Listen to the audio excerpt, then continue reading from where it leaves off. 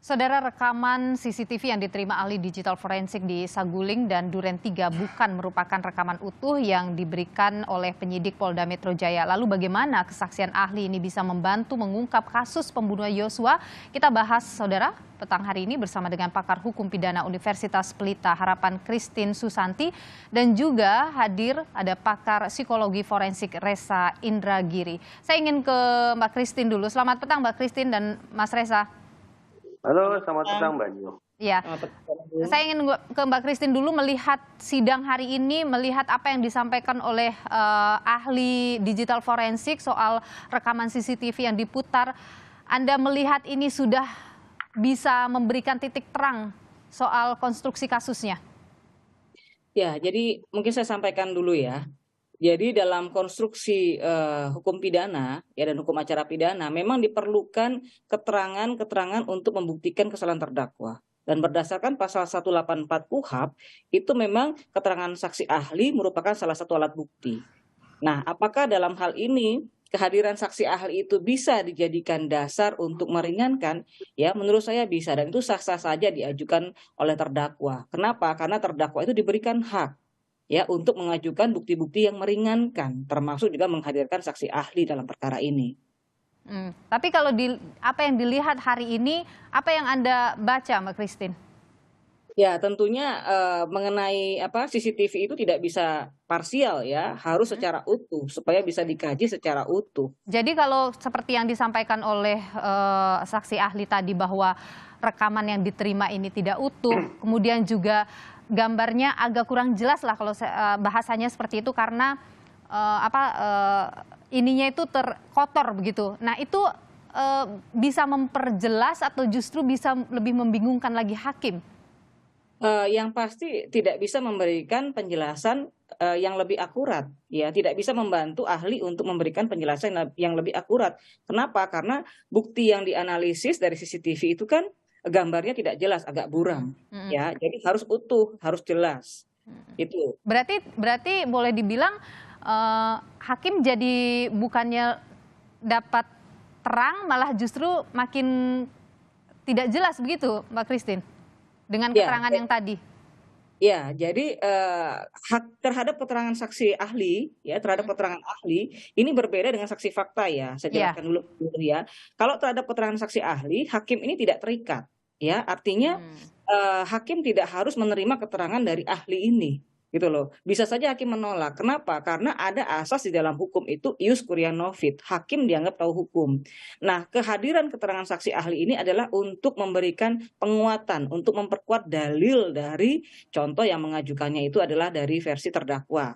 Nah, untuk memperkuat dalil. Tetapi kalau hakim mau mengabaikan karena ini tidak bisa dianalisis maksimal ya atau menolak keterangan ahli ini, bisa saja, boleh. Karena ada hal yang berbeda tadi ya dalam persidangan, misalnya ketika Richard Eliezer sebelumnya menyebut bahwa ada sarung tangan, tetapi ternyata dalam rekaman CCTV yang dihadirkan tadi tidak ada sarung tangan itu, artinya hakim bisa saja menggunakan keterangan saksi ahli ini, bisa juga mengabaikannya dan memilih keterangan Richard Eliezer, begitu?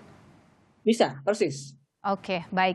Saya ingin ke Bung Reza dulu, begitu. Bung Reza, ini tadi sebenarnya harusnya ada psikolog forensik juga yang dihadirkan, tapi kemudian tidak bisa, rencananya besok akan hadir. Kalau Anda melihat psikolog forensik yang akan dihadirkan besok sebagai saksi ahli, apa kira-kira yang mungkin akan bisa dibuka atau dibuat terang pada hakim? Ini perkara dengan dakwaan 340. Yaitu pembunuhan berencana. Tetapi berdasarkan pemberitaan di media massa, perkiraan saya bahwa besok andaikan ada ahli dari disiplin psikologi forensik yang dihadirkan, yang bersangkutan barangkali akan membawa atau menunjukkan kepada majelis hakim laporan hasil pemeriksaan apsifor, laporan hasil pemeriksaan psikologi forensik. Nah, perkiraan saya, inti dari laporan pemeriksaan itu justru tidak secara spesifik membahas atau mengulas tentang 340 alias pembunuhan berencana, tapi justru berbelok ke dugaan tentang adanya perkosaan. Kata perkosaan saya sebut karena inilah istilah yang mutakhir digunakan oleh terdakwa FS dan PC. Bukan lagi menggunakan istilah pelecehan seksual, tapi menggunakan kata perkosaan. Jadi perkiraan saya ini akan terjadi proses tanya jawab yang berbelok dari hal ihwal terkait dengan pembunuhan berencana berbelok ke seluk-beluk tentang dugaan perkosaan. Oke, motif berarti yang mungkin akan bisa digali besok. Tampaknya demikian. Nah, pada sisi itu saya membayangkan ada tanda petik kebingungan atau posisi yang jadi tidak begitu jelas pada diri jaksa penuntut umum. Mengapa? Karena laporan pemeriksaan ini, sepemahaman saya, bertitik tolak dari rekomendasi Komnas HAM dan Komnas Perempuan yang meminta agar Barreskrim Mabes Polri melakukan pendalaman terhadap laporan atau dugaan tentang perkosaan yang dialami oleh PC. Dari adanya rekomendasi itu, lantas Barreskrim Mabes Polri melibatkan Apsifor. Yeah. Jadi kita bisa bayangkan alur dari Komnas HAM, Komnas Perempuan sampai ke Apsifor adalah justru memposisikan PC sebagai terduga korban. Sementara mendiang Brigadir Yosua terposisikan sebagai terduga pelaku. Padahal tadi saya katakan kasus ini sesungguhnya bukan membahas tentang perkosaan. Kasus ini tentang semata-mata pembunuhan berencana yang justru berada pada posisi korban adalah mendiang Brigadir Yosua, sementara terdakwanya adalah FS dan PC. Jadi tanda petik ada kesimpang siuran status. Siapa gerangan pelaku, siapa gerangan korban, dan siapa gerangan kira-kira yang justru memiliki status ganda itu. Oke, Nah, bagaimana Bung Reza itu akan membantu mencerahkan ataupun memudahkan hakim untuk mencari keyakinan perkara ini? Urut-urutan berpikirnya adalah pertama, memastikan terlebih dahulu pihak yang mengklaim dirinya menjadi korban itu sungguh-sungguh mengalami trauma atau tidak, mengalami guncangan jiwa atau tidak, atau jangan-jangan hanya pura-pura. Itu pertama. Itu yang harus digali. Yang pertama itu, andaikan hakim teryakinkan bahwa trauma atau guncangan jiwa itu sungguh-sungguh ada pada diri orang yang mengaku sebagai korban, persoalan yang kedua harus dijawab adalah apakah trauma itu, guncangan jiwa itu semata-mata disebabkan oleh perkosaan? Oke.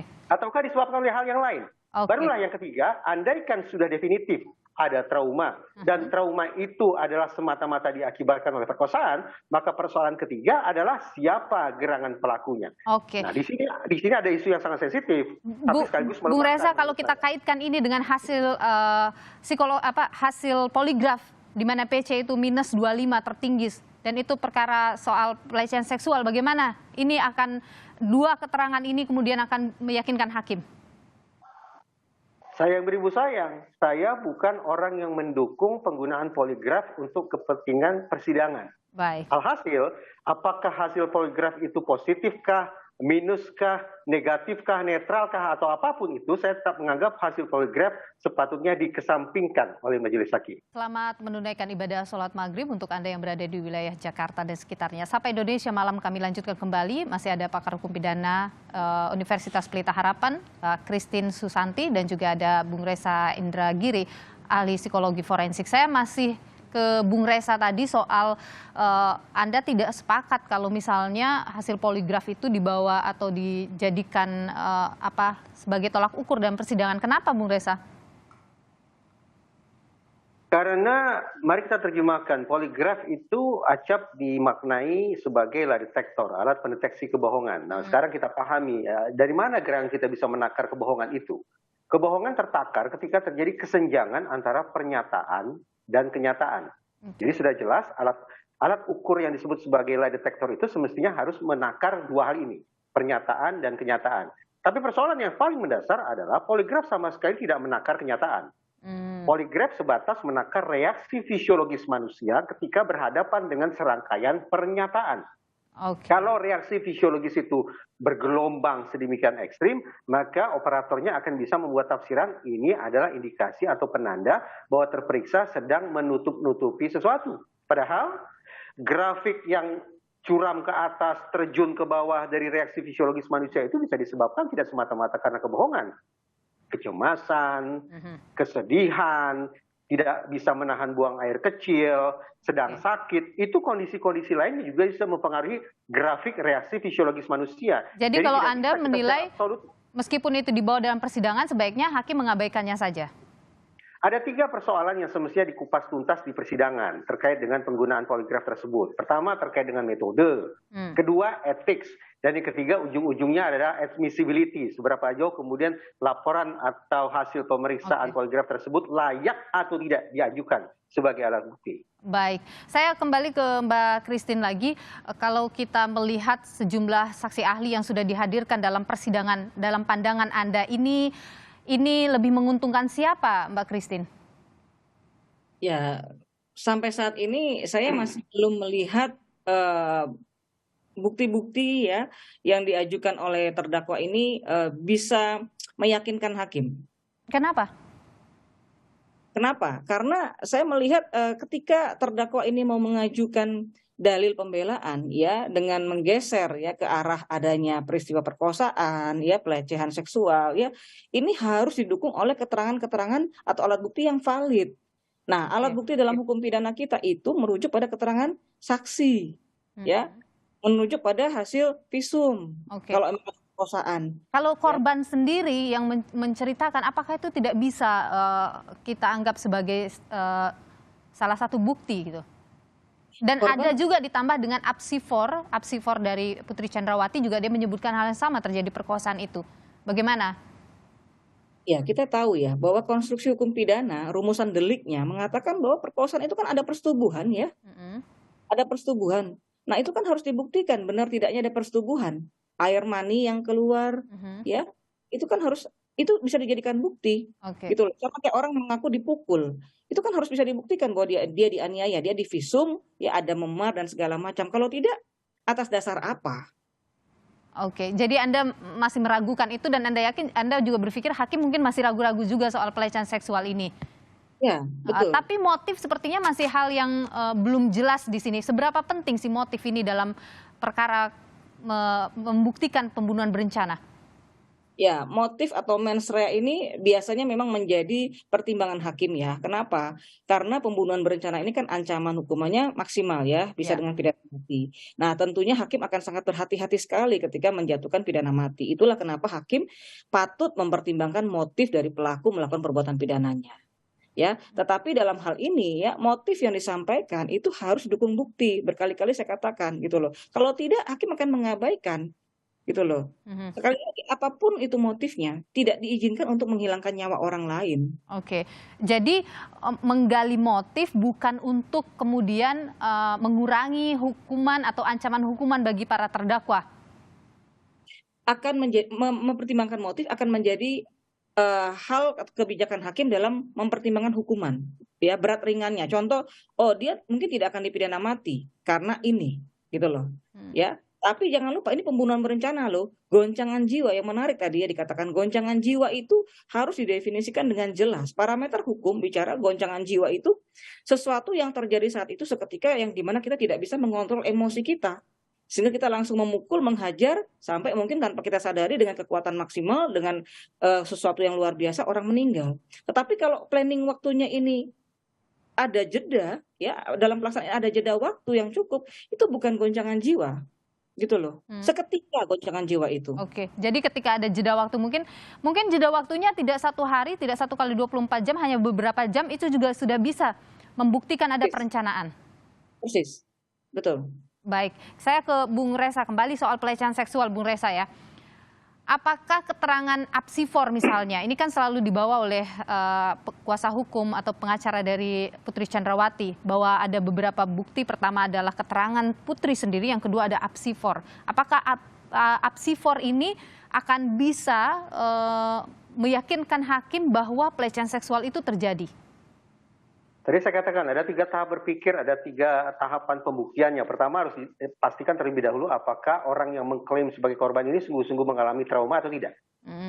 Itu pertama, kalau memang positif dia mengalami trauma. Yang kedua, apakah trauma itu semata-mata disebabkan oleh perkosaan? Tadi sudah dijelaskan, definisi perkosaan kalau kita buka KUHP adalah aktivitas fisik, aktivitas alat kelamin, bukan aktivitas psikis. Dengan demikian, sepemahaman saya, satu-satunya disiplin ilmu yang relevan, yang bermanfaat, yang bisa membuktikan ada tidaknya perkosaan, bukanlah psikologi, melainkan kedokteran. Nah, selama tidak ada hasil visum, dengan kata lain, selama tidak ada simpulan dari disiplin kedokteran, apakah PC diperkosa atau tidak diperkosa, maka menurut saya terbentur pada yang kedua. Tidak bisa dipastikan apakah trauma, andaikan trauma itu ada, memang semata-mata disebabkan oleh perkosaan atau justru bukan oleh perkosaan, melainkan oleh peristiwa yang lain. Oke, jadi apsifor tidak bisa serta-merta kan. Oke, tapi begini, ada juga soal alasannya adalah ada saksi yang melihat kondisi Putri yang kemudian diidentikan itu adalah karena trauma, karena mengalami kekerasan. Bagaimana itu melihat itu, Bung Reza? Tadi juga sudah saya katakan, andaikan disebut-sebut bahwa PC mengalami trauma akibat kekerasan, apakah trauma itu semata-mata diakibatkan oleh kekerasan seksual atau kekerasan yang lain? Narasi yang berkembang sejauh ini adalah semata-mata kekerasan seksual. Pun masih ada isu yang ketiga, andaikan trauma itu ada dan diakibatkan oleh perkosaan, siapa gerangan pelaku perkosaan itu? Saya sangat yakin bahwa hingga persidangan ini berakhir tidak akan ada pernah perkara yang menyidangkan masalah kekerasan seksual tersebut.